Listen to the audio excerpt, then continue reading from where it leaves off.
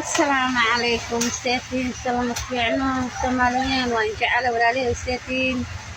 عافمادka ka warama waxaan halka ka salaamayaa beesha garikombe seetiin maalin wanaagsan habeen wanaagsan caafimaadkiina ka warama xaaladiina ka warama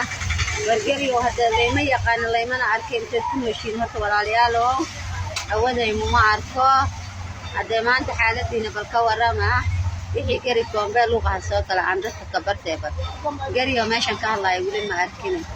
yaa ala gari ordaan inta hadda ku arkay ala gariga uu ordaaye maxaa dhacay yaa ala gariga uu ordaaye ugo wareen inta wadaysan maanta yaa intaan tagnaa ii sheeg bal intaan isku imaanaa had anta shanne yaa waxaa laga rabaa gari inaad gacan isqabatin isku yeelisay inaa hadda meelaha amaada gabadhiina ay ku weysaata beesha gariga kuma fiicna oo maleynaa yaa garikombe hadda hoos isku fiiriya inay gabadhiina oyso yaa idinkoo dawlad oo dad qani oo dad la yaqaano hadda waa ka xumaan barwaayaan daro yaa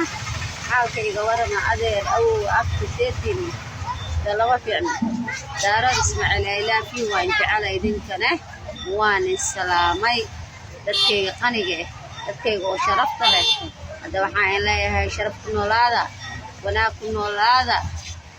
kuwa isku dursan oo jecelna allah ina kendigo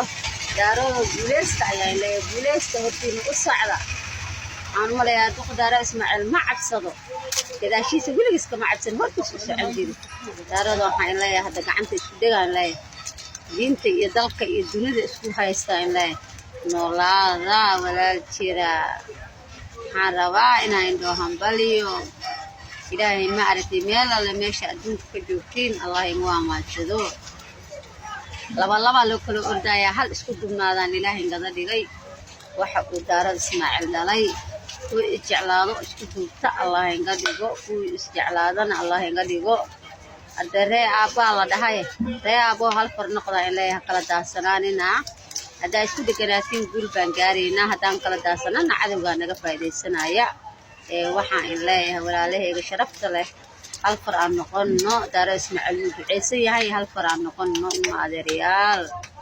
waana salaamay salaam calaykum waxaan in leeyahay meel shaarfiin ku noolaada